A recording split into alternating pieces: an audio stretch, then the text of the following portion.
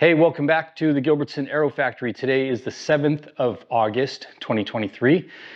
It's a Monday. I haven't done any work on the plane over the weekend. I did some work in the shop. You'll notice today that there's a lot more light in here than there was before, and I'll show you sort of a before and after, maybe over here, of why it was important for me to do that. The AC is that unit that I put in, it's 8,000 BTU unit. It's just not big enough for this space. This garage is about 720 square feet.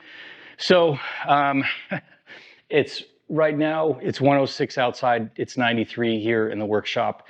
And that's not going to get any cooler as the day goes on. I've got a larger 15,000 BTU unit that will be showing up tomorrow, and this one will go into my trailer.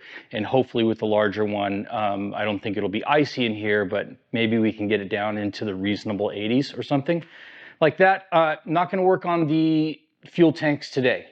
The leaks will remain leaks for a little while. I'm going to go ahead and start working on the leading edges and the skins. I can do that. These structures are not affected by anything that's going on with the laser cut parts debacle. So I'm going to get after that. It's going to be more of a lot of the boring work that you saw me doing before, but after 30 days of building fuel tanks, I kind of look forward to match drilling and deburring edges and dimpling ribs. So anyways, let's build an airplane. This is about 3¼ hours of work sped up 25 times, which means I've got about 8 minutes to talk here, which is more than enough time to talk about the simple act of match drilling.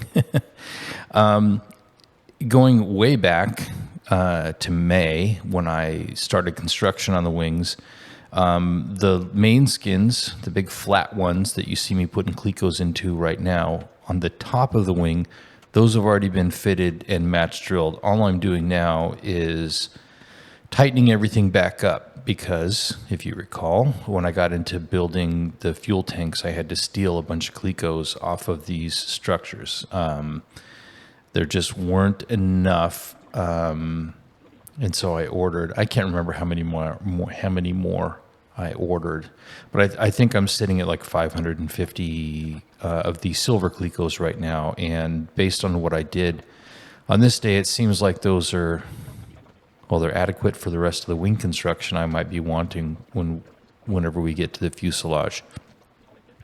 So yeah, I'm basically just re-Clecoing all of that stuff to make sure that everything is tight and square with respect to the spar and the main ribs and everything before I do any match drilling on the leading edges. You can also see the leading edges. Those ribs are not primed. So I've got a bit of work left to do before I get to, okay, what I'm doing right here is wrong. I'm fitting the bottom skins on, and as I'm doing it, I have a question because the skins overlap.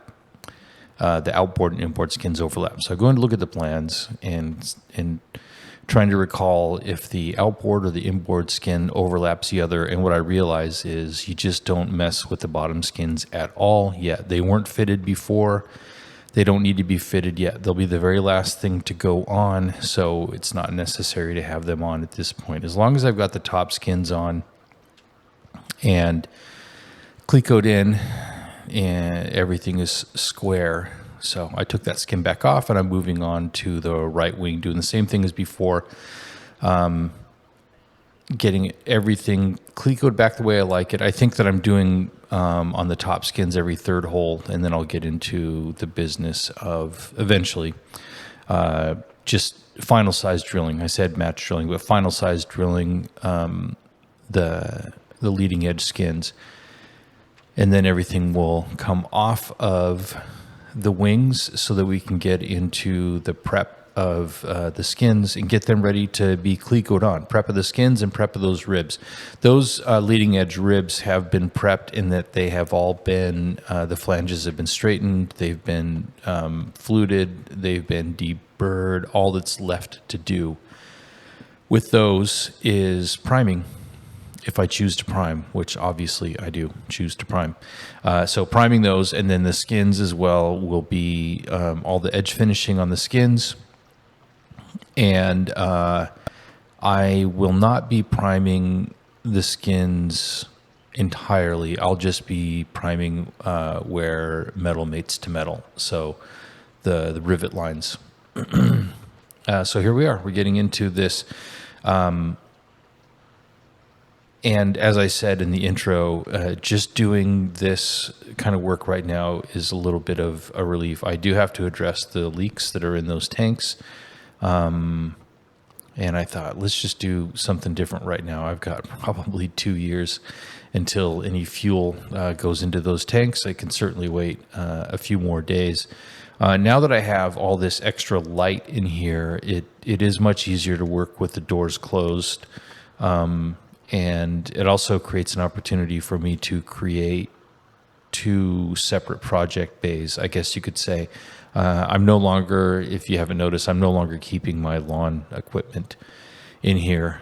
So I do have more space, and the repairing the leaks in those tanks is going to take some time, only because once you have made the necessary repairs and put it back together, you need to let it sit for probably, just to be on the safe side, 3 or 4 days to allow the Pro Seal to cure before you test it again. So in one bay, probably behind the camera here, I'll set up a bench that has both tanks on it. I'll work on the repairs, let those sit over there undisturbed.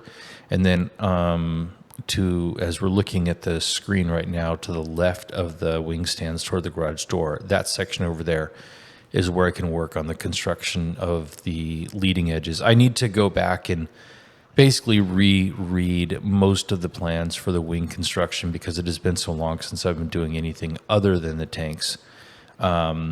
Partially to remind myself of what I've already done to this point, and then also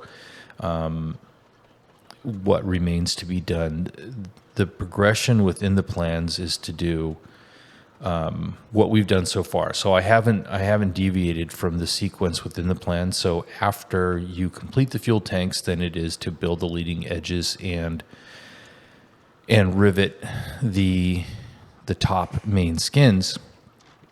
But I need to go back and look at all of the main rib and rear spar preparations and everything that's already been done to see where the tasks overlap. So, for example, the rear spar, which would be at the bottom of the screen as the wings are sitting right now, that rear spar needs to be dimpled and then lightly, I think they suggest that you lightly chase the dimples, so to speak, by hand with a countersink just to get the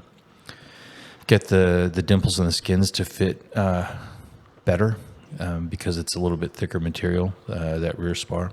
I have to do all of the countersinking where these skins will meet that the main spar. So you remember that I did 1 billion countersinks before, and that was all the inboard portion of the wing so that was basically for the fuel tank and the mounting screws and the nut plates and everything like that. But there's still hundreds and hundreds of more countersinks to be done all along the length of that spar. And I did pick up a second countersink cage so that I can have one that's just set up dedicated so that if I do have to go up a size, I can do that with a separate countersink without retesting everything. So here, everything's coming apart. So we can get into the business of prepping all these things and building them. And the cool thing about that is the next time they go back up on that spar, they're going back up there for good. And we're going to have a legitimate airfoil minus bottom skin. So that's it for episode 87. I'll get back into the heat factory today. Thanks for being here.